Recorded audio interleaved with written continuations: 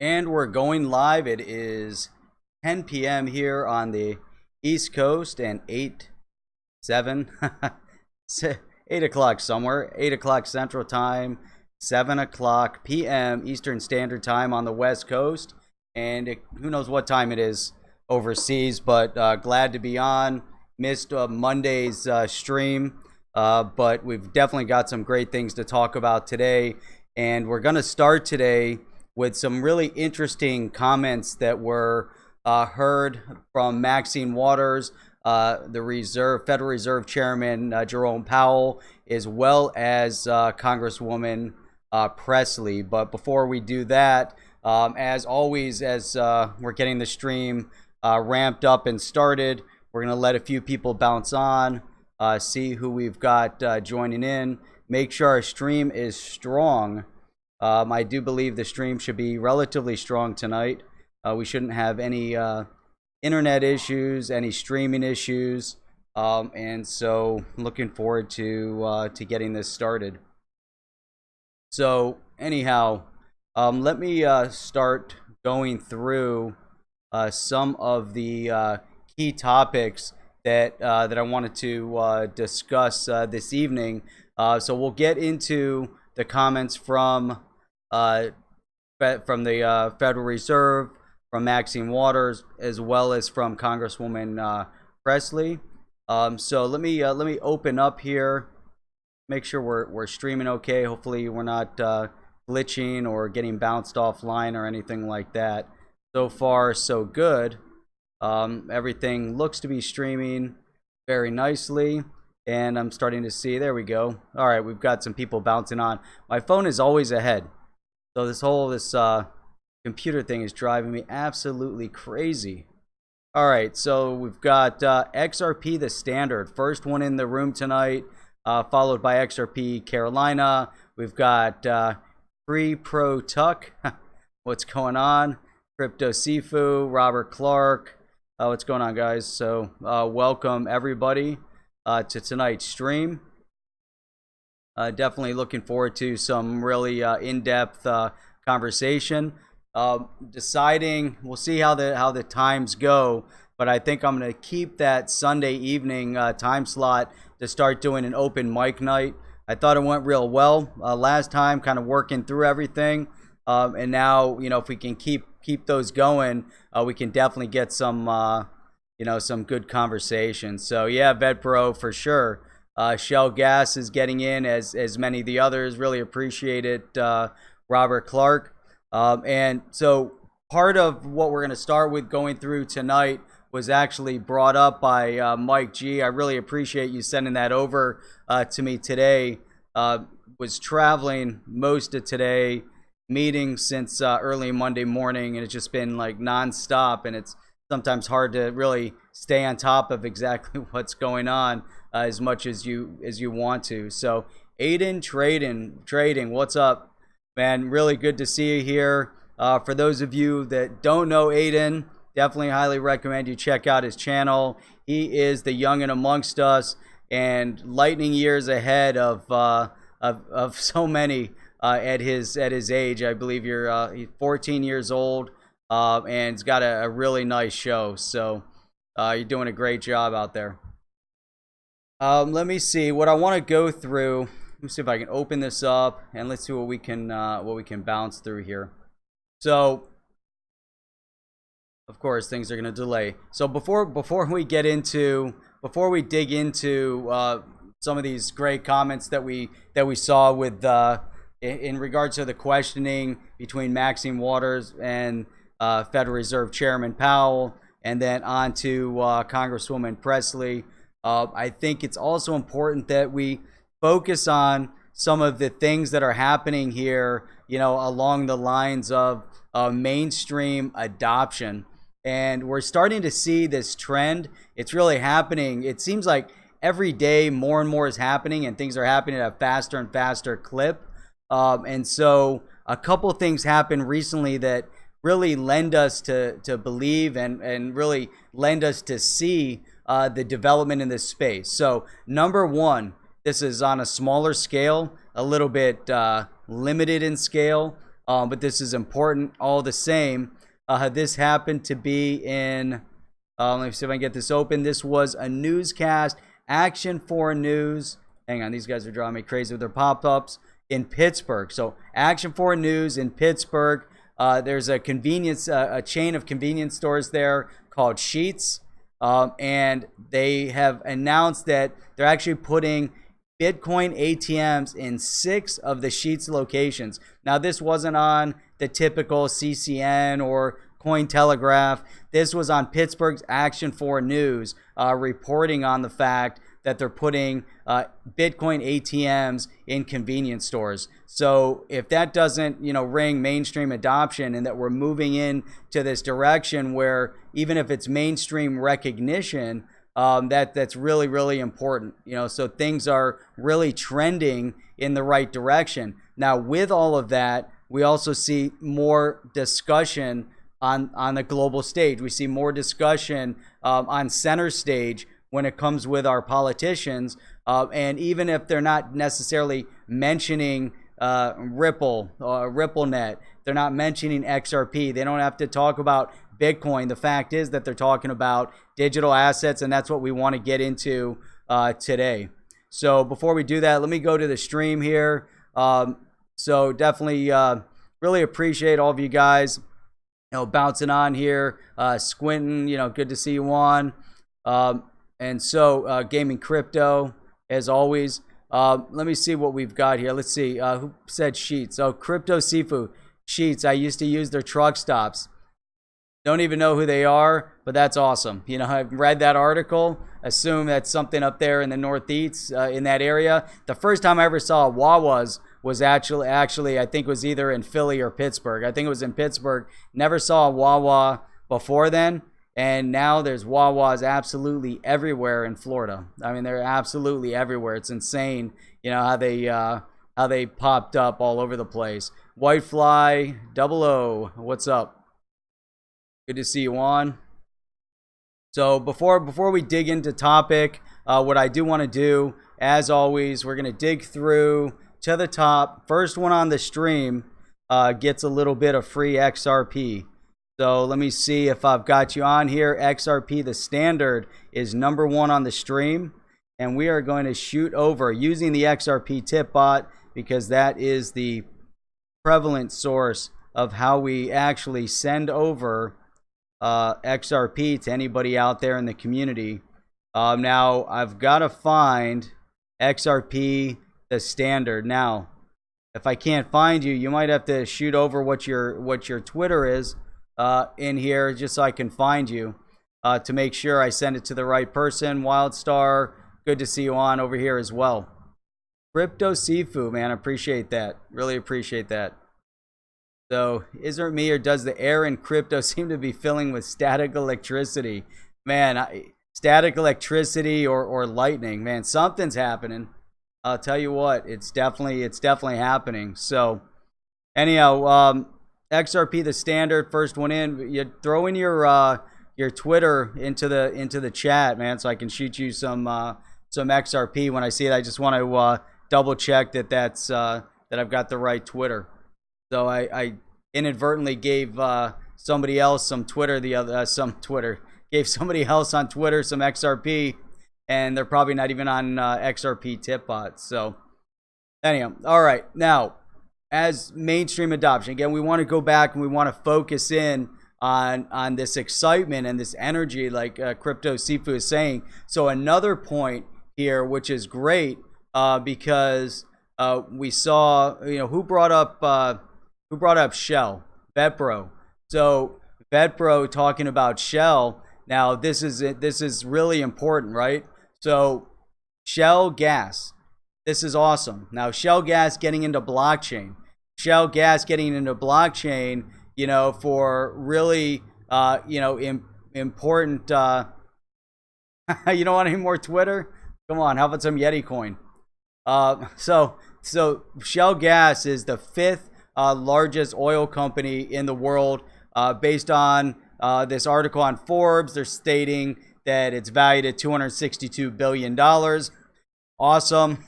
Major, now if Shell gas sees the benefit of getting into blockchain, even at this point, if they're testing it out. But they're building on the Ethereum blockchain. Their goal is to make it easier to buy and sell from locally produced energy. So if you think about, smaller production houses, but smaller refineries. And here it says, so let's see, buy and sell locally produced energy using their existing network of power cables. So now if they're going to be able to generate electricity, I think in Texas is relatively open source. So there's multiple power companies out there to where you can buy energy from whoever you want. So it becomes a competitive scenario. Whereas in many states, you have one option for energy and that's it. Now, think about from a digital asset perspective and for Shell Gas to understand the dynamics of what blockchain can do to empower smaller companies to now be able to buy and sell, and this is really geared up, making it easier for individuals to buy and sell locally produced energy. There's just so much to it. It's awesome. Hey, Nick Black, man, glad you came on. I shot you a response tweet. I've been traveling the past few days, but let's definitely try to connect here over the next couple days. So anyhow, so this trend, right? So now we're seeing real world adoption. We're seeing Shell Gas get into the game, even if it's on the blockchain side. Now they're using Ethereum. Now, in order to buy and sell, it's not just about tracking digits. In this scenario, it's also about compensation, and so that is significant, not just from a blockchain technology perspective, obviously significant from a payment perspective. And there's so much focus and attention right now on payments. And the reason why is payments so significant is because payments have been dominated and monopolized by large banks, as well as by the credit card industry for a long time. And at the same time, in order to provide those cross-border payments, we know that story, and we know how that goes, with the amounts of money that need to be tied up, the third parties,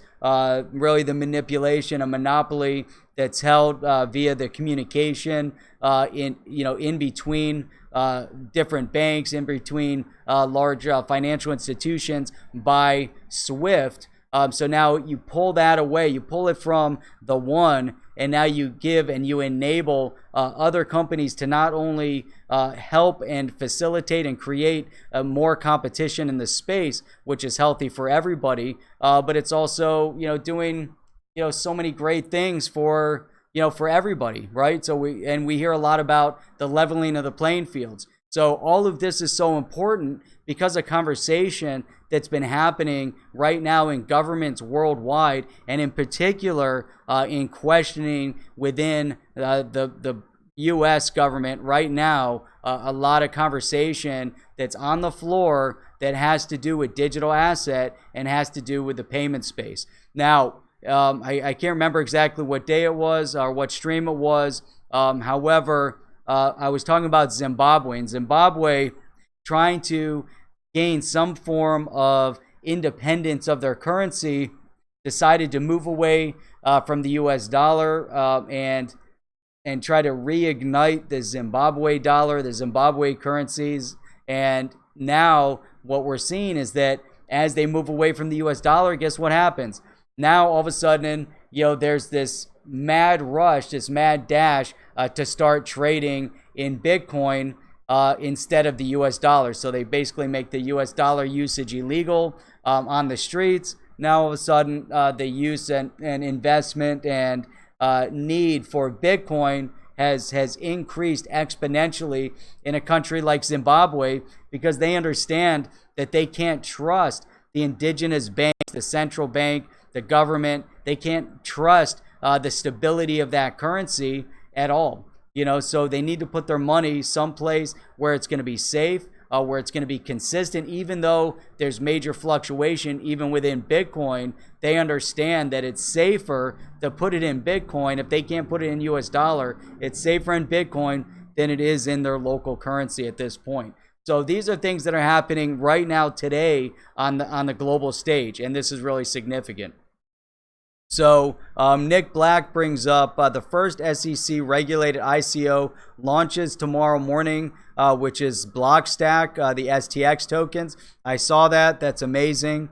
This will be incredibly interesting to watch and see. Harvard invested tens of millions in Blockstack. Yeah, that's true. So that is amazing.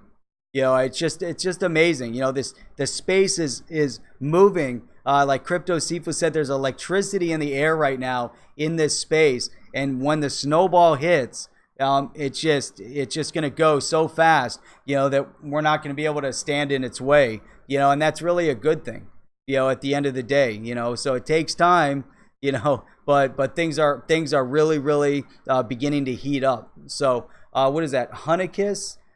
Thanks for the stream. Yeah, appreciate you coming on and being part of the stream. So that's awesome. Bubba Shipes, yeah, how about that Yeti coin? That Yeti coin is freaking amazing. Well, it will be amazing.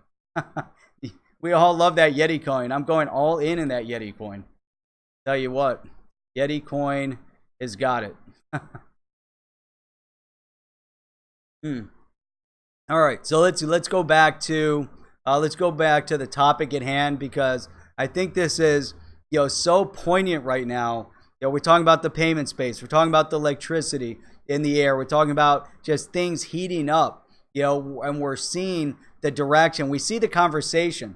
Now, so many people, like to, Yeti baby.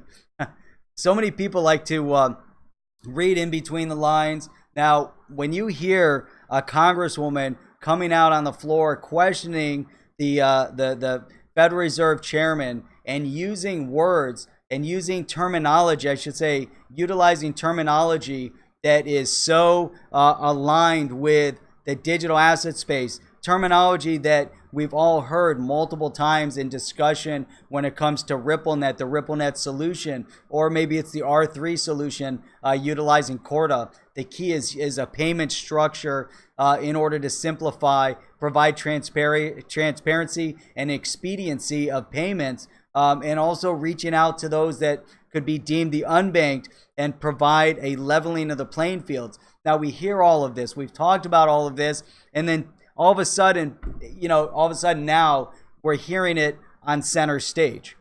So the first video that Mike G sent over, and I went through, I read a bunch of articles. I said, you know what? I'm going to read these articles. I need to go back. Let's watch the videos. Mike G sent over 2 videos. I really, appreciate that. That was awesome. What's that? There's a fork, a Yeti. Oh man, see? There's already a fork of Yeti. And it just takes one. Didn't like the Yeti coin, just wasn't doing enough. And then Rain has to come and spoil it with this fork with Yeti baby. I don't know now. There's going to be a lot of discrepancy and determination of which one's the real Yeti. Was it Yeti coin? Was it Yeti baby? But it all kind of began, you're right, Crypto Seafood, all started with a Sasquatch and the Sasquatch coin. That's where it all started, and then it's been fragmenting already. But I believe that the Yeti coin is the real one. That was before Sasquatch, before Yeti baby and all of that. So, all right, let's get back to the serious stuff here. Nick Black, the Fed is in real trouble. They can't raise rates. They're gonna have to decrease rates. They're definitely gonna have to do that. They shouldn't ease, though they probably will. Bail in through reducing interest rates and printing is into shadow inflation as only option. It's a little scary considering what they might do. Also, especially considering what just happened over in France with regards to releasing the negative interest bond, which basically means that I think it was negative, I don't know, 0.25, negative whatever. So you're basically paying the French government in the issuance of these bonds to hold it, to put your money there, essentially. So nice. MoneyGram stock, I assume, right? I'm also expecting Libra Coin goes in, and Facebook Come on, guys. You're already splitting off from the Yeti coin. Look at this. All right. It's, see, Yeti. Oh, come on. All right. All right. So first, for the first topic at hand, with in terms of on the stage, center stage, Maxine Waters questioning the Federal Reserve Chairman Jerome Powell, specifically focused in on Libra Coin. I thought this was really interesting because some of the things that I didn't know was that that the Federal Reserve actually met with had actually met with representatives of Facebook before the release of statement of Libra Coin. So they already knew what was coming. They were already prepared, and yet, they still seemed a little bit shocked, after all of that. Now, what I thought was interesting, though, is that Maxine Waters specifically wanted to know what concerned Powell, what concerns Powell had in regards to the Facebook coin, and also one of the statements that she made, which really resonated to me. So if you go and watch this, what really resonated was she said with consideration that Libra Coin could very quickly become the largest global payment solution. So now you focus in on that. What is their real concern? Is their concern, about privacy, or is their concern that Facebook with the Libra Coin could potentially become the largest global payment solution? Largest meaning that it's going to overshadow the central banks. It's going to overshadow the Federal Reserve. It's going to overshadow anything that the retail banking space, as Nick Black said, Facebook taking aim at the retail banking. They're going to overshadow all of that. They're not asking permission at all. They're basically saying, this is what we're going to do, and that's it. And so it's crazy, so they don't seem to want to slow down. They actually seem to consider that they want to keep moving forward. And they're not, what's the determination? And really when it comes down to it, what's the authority? So that's where Maxine Waters specifically then asked Chairman Powell regarding when he met with Facebook over Libra, and she asked specifically if the Fed holds any authority to supervise and regulate Libra Coin. And so there wasn't really a clear-cut yes, no, but he did acknowledge that the Fed, like I said, met with representatives of Facebook. He said something about supporting innovative technology. Hang on one second. Here we go. Their white paper is trash. But I do see in the future Facebook opening up an Amazon-like marketplace. Yeah, we'll see. That'll be interesting.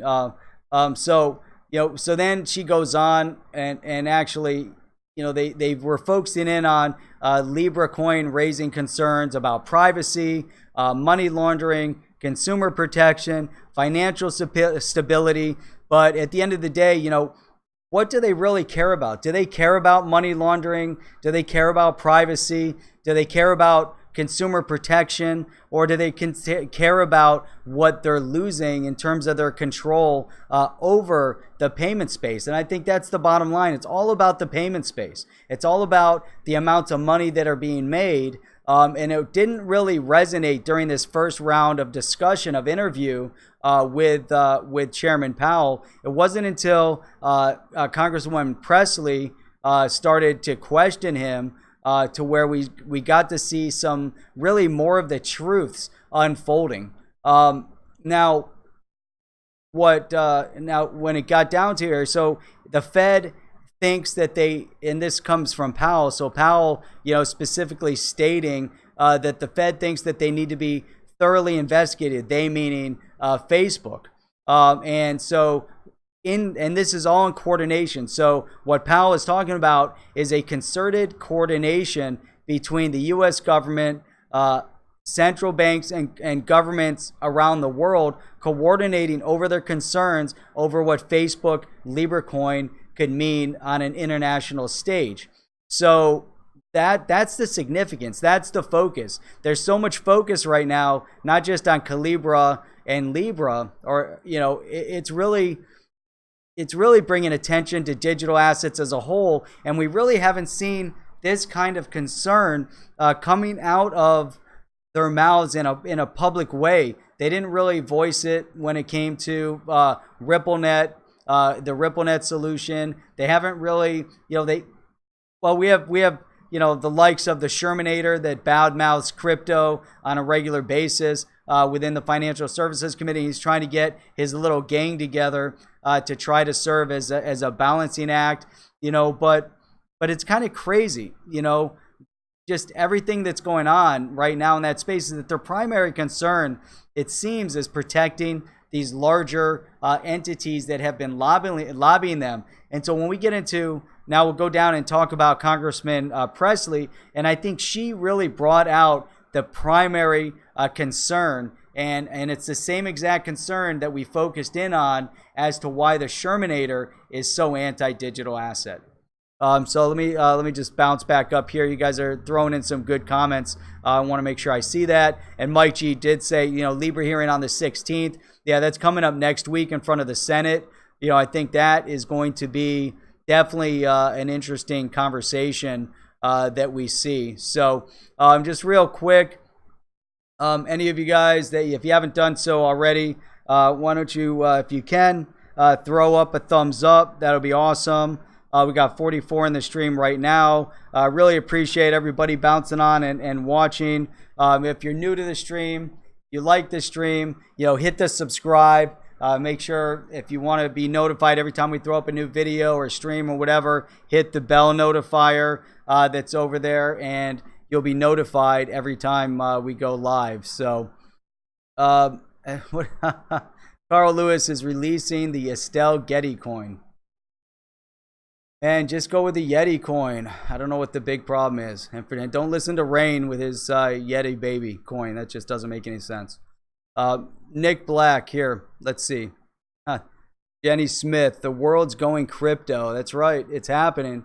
It definitely looks that way. And when we get into what Congresswoman Presley was saying, to me, the terminology, we have to look at the terminology that she used. It definitely sounded very, very familiar. So Nick Black, Facebook is taking aim at the retail banking space. That we saw that comment. Okay, how did they get back? I must have went too far up here. Let's see. Crypto Sifu said, I was actually very impressed with that discussion. Not often a politician gets my respect. I found it really hard, because just knowing, from a political perspective, I really thought that she came across, in a very clear, coherent manner, talking about this space when it came to payments without allowing any political ideology to bleed into it, which I saw just a very little hint of it. But overall, I thought she did a great job. You're right, So you want the Pokemon, the Pokemon ball? I don't know, this is the Magic 8 Ball here. I didn't say the Shermanator. Forget the Shermanator, he is an ass. And I know I'm a little behind on the chat here, Rain, but throw in the Shermanator, hopes that crypto fails. The guy's definitely a jackass. So Alex Yeet, what's up? All right, let me scroll back down. I kind of got stuck up here and meant to go back further. So let's see. Bubba Shipe says here, Facebook is nothing more than a stable coin that's bringing huge attention to all things digital. It's unbelievable. To me, it's so meaningful. Regardless of what people think, if you've read their white paper, whatever, the point is that Facebook with the Libra coin has brought digital asset not just center stage, but is bringing it to an active user base of around 2.6 billion people a month. They have about 1.3 billion active users every single day. Now, that's a huge, huge volume of people that are going to have exposure. We're not talking about using, but exposure to digital asset through Libra, through their Calibra app. Now that opens up the space. It allows people to now become more comfortable. So, many videos I talk about competition and how important competition is to any space, how helpful competition is to any space, because with competition, it proves the point that your space, whatever it is that you're working in, is a significant enough space that others also want to compete for that space. So that's competition. And that's exactly what, if we look at from a payment space, the payment space is blowing up right now. So who's the real, who's the real loser in all of this? Who has something to lose? Is it RippleNet, and XRP, and is it that group worried about JPM or worried about R3? Or are they competing with this new Facebook coin? Is this the competition point that we're worried about? Do they have something to lose? Or is it the current status quo that has something to lose? Is it Swift that has everything to lose? Is it the credit card industry that currently has everything to lose? Is it even PayPal that established their hegemonic payment solution power, in the web environment? They were one of the first in. Did they establish that footprint? Did they have something to lose? So that's the competition. So we have our so-called competition within the digital asset, crypto, blockchain side.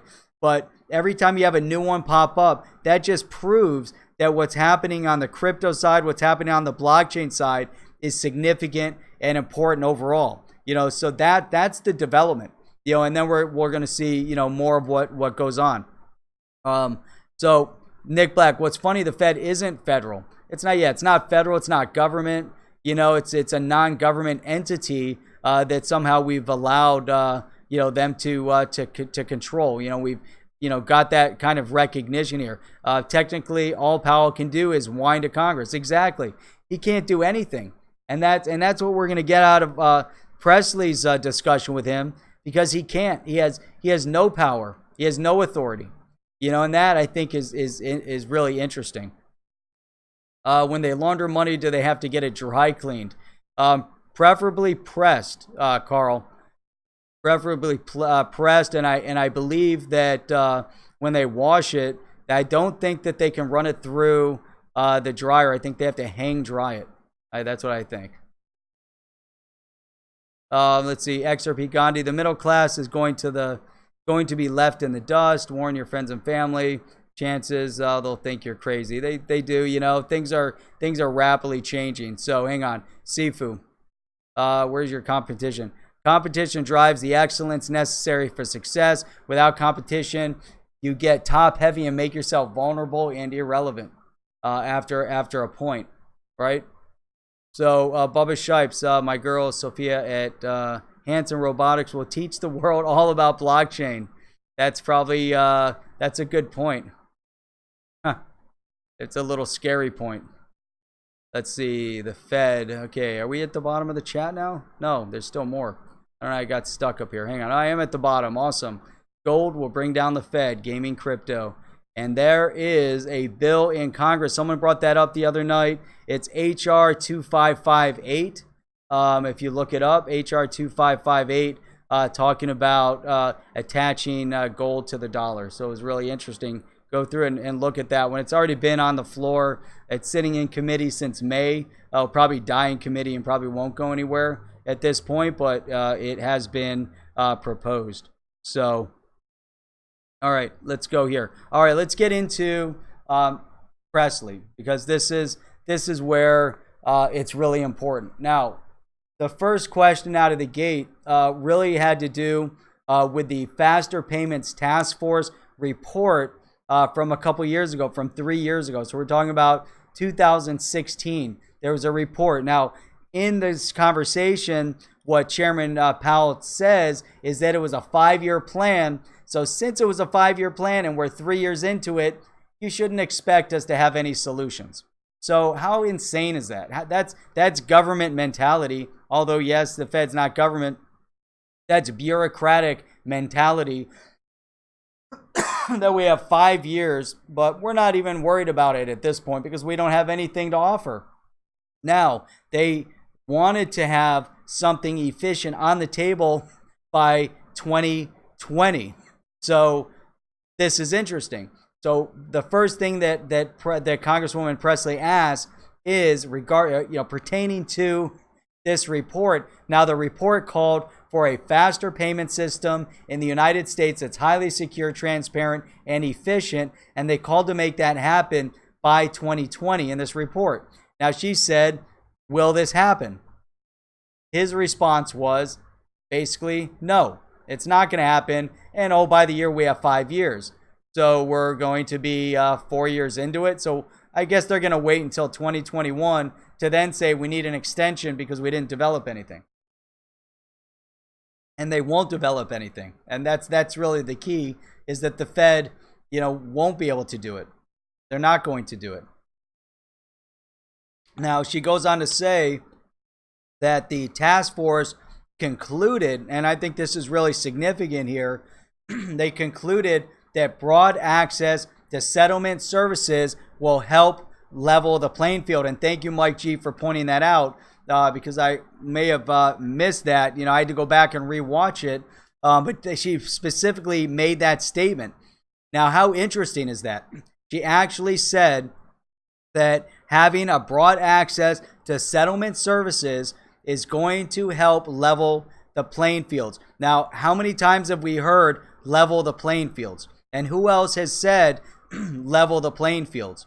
So what's happening in government right now? Because from her perspective, on the Dem side, level the playing fields typically means taking from those who have earned and redistributing wealth to those who haven't, and continue that redistribution cycle until those at the top are brought down marginally and those at the bottom are brought up marginally. Now, in this scenario, though, you can understand the terminology that she's using is very similar to the terminology that Trump is using when he's talking about leveling the playing fields globally. And so this is, I think, this is where really the significant turn, within this conversation. This is what we need to focus in on, because she's discussing the leveling of the playing fields through this payment process.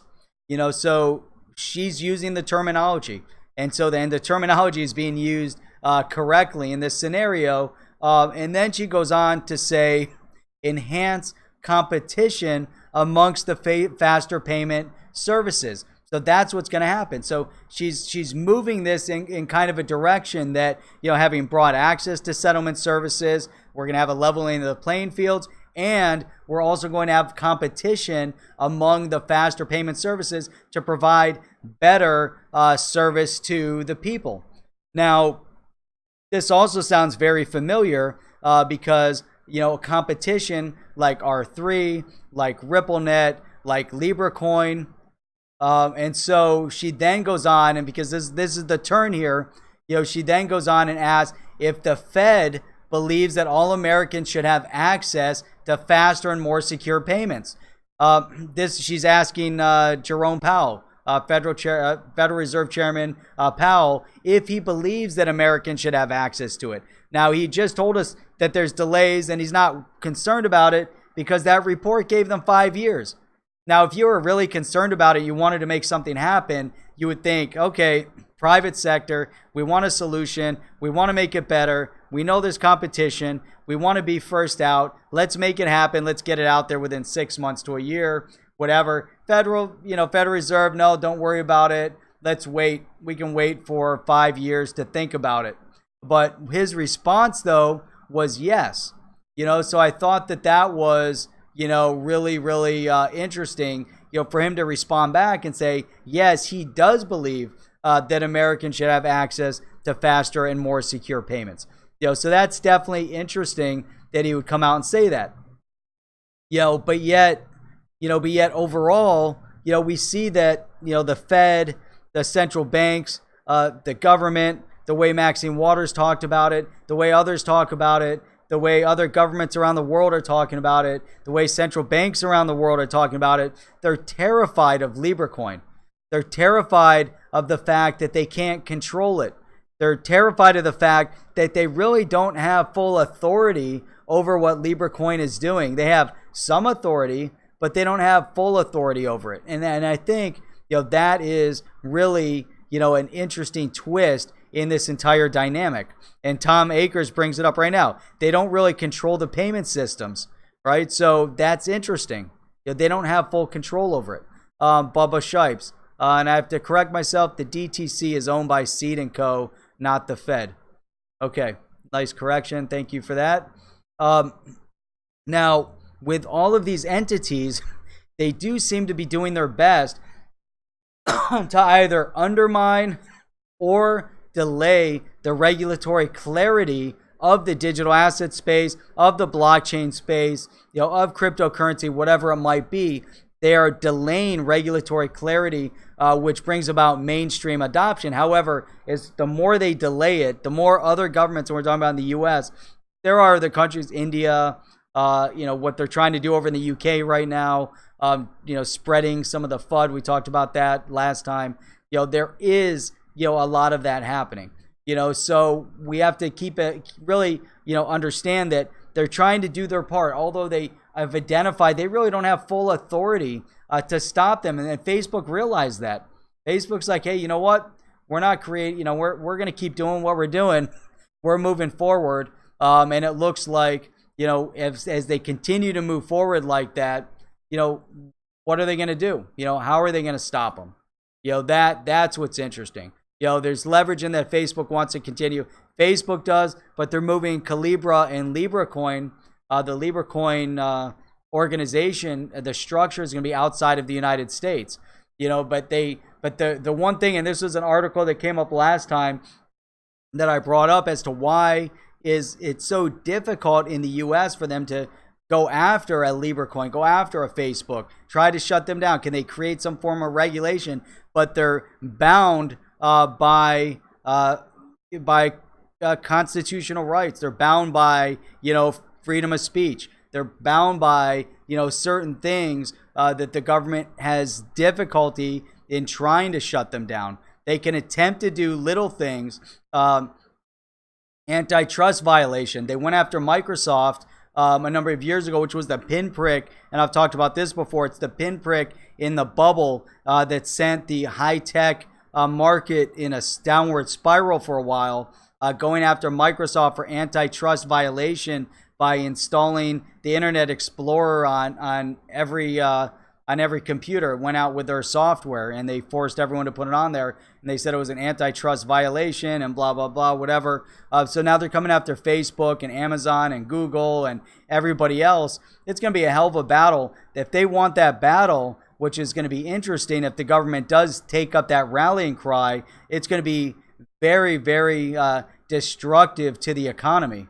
The economy is definitely going to reel from any kind of antitrust lawsuit against those big entities, and we're gonna feel the reverberation. Even their little reverberations will have a detrimental impact. At the same time, that could also be the little catalyst that's going to boost the digital asset space a little bit. But I also feel that they might go after Facebook, but you're seeing a changing of the tides where they see the writing on the wall, and this migration over into the payment space is interesting. Because you have other organizations and entities that are also going into that same direction, within this payment space, and so what I think is it's important, I think, to really, it's important to see, I guess, kind of what PayPal tried to attempt, is that Facebook's a horrible, lawless company. Yeah, I mean, I'm not, I can't disagree with some of the things that Facebook has done on the back end, in the background, to impact conservatives and silence voices. So I think that's definitely a problem. Tom, I agree with you. I was watching, I don't know, I can't remember her name, but I was watching her video, and she was saying, she's not going to be on Blaze TV anymore. It was her last broadcast. I don't know, I can't remember her name. You would know her if you saw her. And so, she felt that she was being, silenced as a black female conservative voice. And they were silencing her because of her Facebook ads, and her Facebook posts, where she used to generate huge amounts of followers, and it shrunk down significantly because obviously there's some algorithm or something that was going after her on that. So there's a lot of dynamics to what's happening, and so we really have to look at that, from all aspects, so. But then we have to, in my opinion, also, outside of the lawless nature of what Facebook is and all of that, we also have to then look at, what does Libra Coin really mean, to the space at large? What does it mean in terms of bringing attention to the space? And I think, in my opinion, that's what's so significant about it. Whether we think it's a good idea, bad idea, negative, whether you like Facebook as an organization, don't like Facebook as an organization, it's bringing so much to light right now in regards to what the government can or cannot do, what kind of powers and authorities the Federal Reserve has or doesn't have. And so one of the things that, hey, Papa HODL, my dad is on and listening, and he is about 45 minutes late for listening. So glad you're there, everybody. Welcome my dad on, Papa HODL. So now if we dig into this, and I think this is interesting here, which is where let me make sure. Let me go back up. Okay, which is really where Powell then says when questioned on this, and his response was they don't have plenary. I don't know. I'm not sure if I'm pronouncing this right. Plenary. They don't have plenary authority over the payment system as other central banks do around the world. So if they don't have plenary authority over the payment system, what does that mean exactly then? That means that the Federal Reserve really has no authority. And so let's define what's the plenary authority. In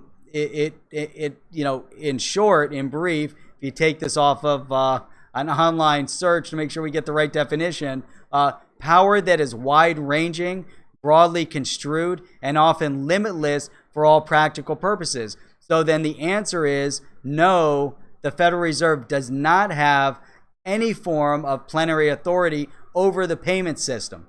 So they don't have any authority over what Facebook's doing with Libra Coin.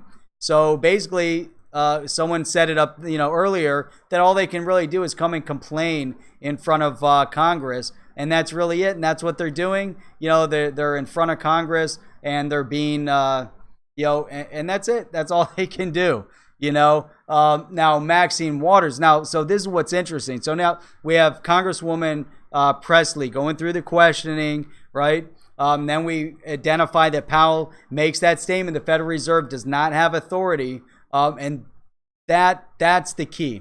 So now when Maxine Waters asked Powell if they at the Fed hold any form of authority over the payment space in regards to Libra, the Libra coin, then again, the real answer is no.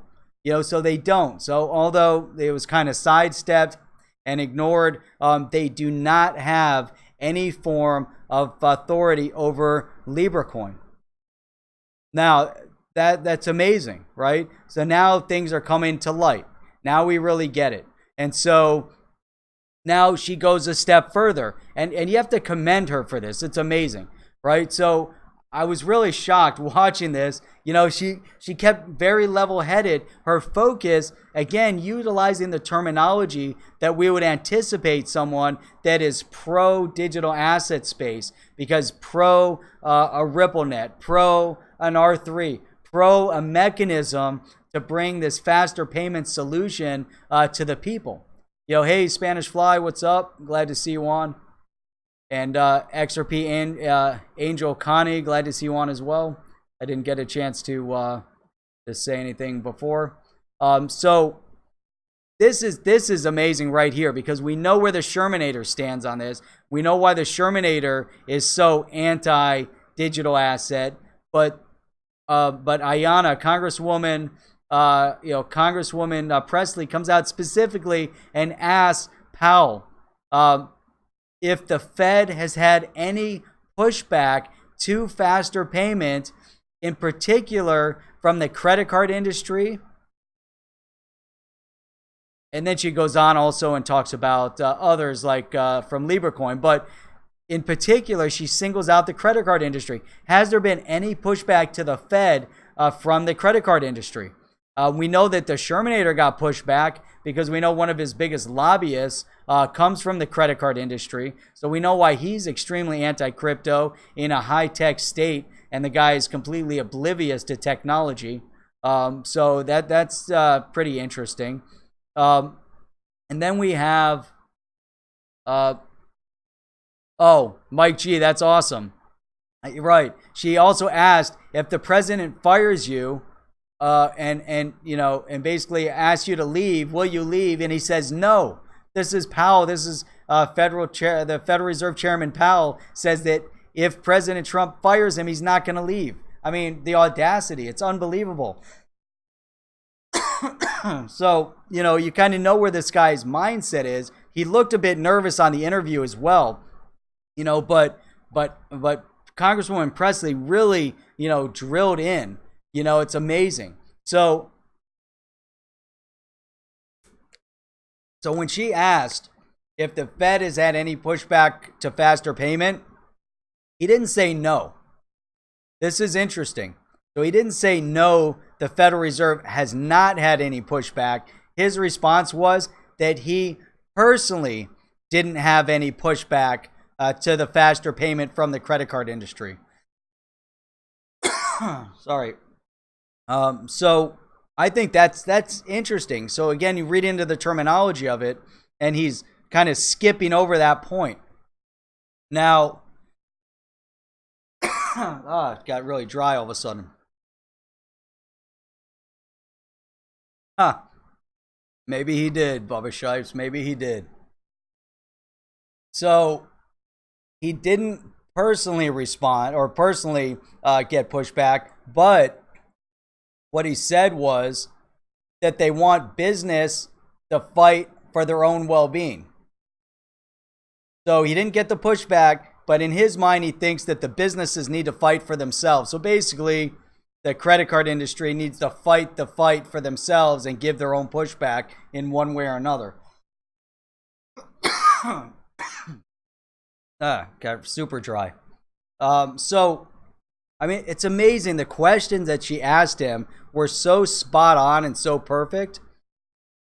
Amazing. It was really amazing. So she goes on and says, this is great. I mean, this is it really, just awesome. Regardless of where you fall politically, even though she's a Democrat, she did a phenomenal job. This shows you the nature and importance of this space. Like I've said so many times, is bipartisan in nature, so it's so important. It's so important, so then it goes on. Got to stay away from the 8-ball, I know. And I've got this fan over here blowing on me. I think that's what it is. So hang on, where'd I go? Oh, okay. So then she says, do you believe that the lack of real-time payment system allows credit card companies to take advantage? So now she's, we had all these questioning, and he said, oh no, the Faster Payment Task Force gave us 5 years. We're not going to make it by 2020. That's not going to happen. That's the Federal Reserve. Forget about them, because we know that RippleNet is going to make it happen. We know that R3 is going to make it happen.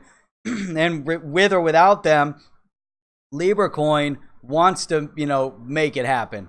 Whether we agree with it or not, they want to make it happen. And all of these entities are going to push forward regardless. So, but she came out and said, do you believe that the lack of real-time payments, meaning you guys have dragged your feet and haven't had anything to do to help push this through, do you believe that that has allowed credit card companies to take advantage? And then she then adds other companies like Facebook also to take advantage of the industry with solutions like Libra Coin. So it's kind of an attack on Facebook and Libra Coin. So here's an organization, again, whether we agree with it or not, they're really trying to, make a solution happen, whatever it might be. And this is where I kind of lost her a little bit. She said that she believes that you can use the pre-existing infrastructure So I was following everything that she said. I didn't really agree with the pre-existing infrastructure. Didn't really make any sense. I think she went a little bit off the rails there. But overall, she really seemed to be, again, focused in on the right things and really talking about using the terminology and the focal point and the argument points to promote the implementation of digital asset through solutions like RippleNet. So go back and, again, she said, do you believe that the lack of real-time payments allows credit card companies to take advantage? And Powell says no, he doesn't believe that. But again, where is his allegiance? What is his, thought process? What's he concerned about? What is he attempting to do? Is he attempting to maintain control, or is he concerned about how you can better the people? That's the question. Are they trying to better the people, or are they trying to maintain their control? You can't have it both ways. So let's see. Extra begun. Libra is only going to be used on the Facebook platform, though. I believe so. I don't know if Libra Coin is going to go off of Facebook. It's going to be utilized by the Calibra app. And I think it's just going to be a payment solution within Facebook and within the Calibra app. I know Binance was talking about listing Libra. I don't know if that was just talk or what that really means. So we'll see. I think that is that's going to be interesting and time to tell. But I think from their perspective, Facebook's perspective, or the Libra solution, it makes more sense for them to keep it within their Calibra app, because their goal is just a payment solution between people, and they want to control it. They want to control it and see that solution happens through that app. So we'll see though. I don't know. I know Yeti Coin. I'm not really sure what they're gonna do about Libra. So Farmville token. There you go, Crypto Sifu. The Farmville token, aka Libra. I like that. What are the other games that they put up there? So that's it. I think this is really kind of important. And then I don't know if did you guys see Chip put up something the other day. I can't remember what day it was now. It might have been yesterday morning, actually. He threw up something from the Knights Templar that they were the first to actually encrypt, use cryptography for moving money. And I thought that was interesting, and there was a little bit of discussion on that. I thought that'd be cool to discuss further on another video. But I thought that was pretty cool. So that's it. I'm coming up on an hour here. Wanted to keep this chat to an hour. I just think, like Crypto Sifu was saying in the beginning, there's some electricity in the air. Things are happening. Things are getting crazy. Things are firing up right now. And so it's really important. So I'm just glad, I'm just glad to see, that there's Bubba Shifes is a Templar. I'm glad to see development in this space. I'm glad to see that, there's some, resilience in the space, even with all the FUD. And there was actually some additional FUD. Let me see. This will be interesting to kind of wrap it up, for this. Let me see if I can find it here. Oh, how about this one? Tether loaned USDT to investors and illegally traded in New York, say investigators. I don't know if I didn't dig in enough on that. That popped up yesterday. That was on decrypt.co. Not sure if the full authenticity of the story. But I'm looking for Zimbabwe. That's not what I wanted. It was something else. Here we go. So this was CNN.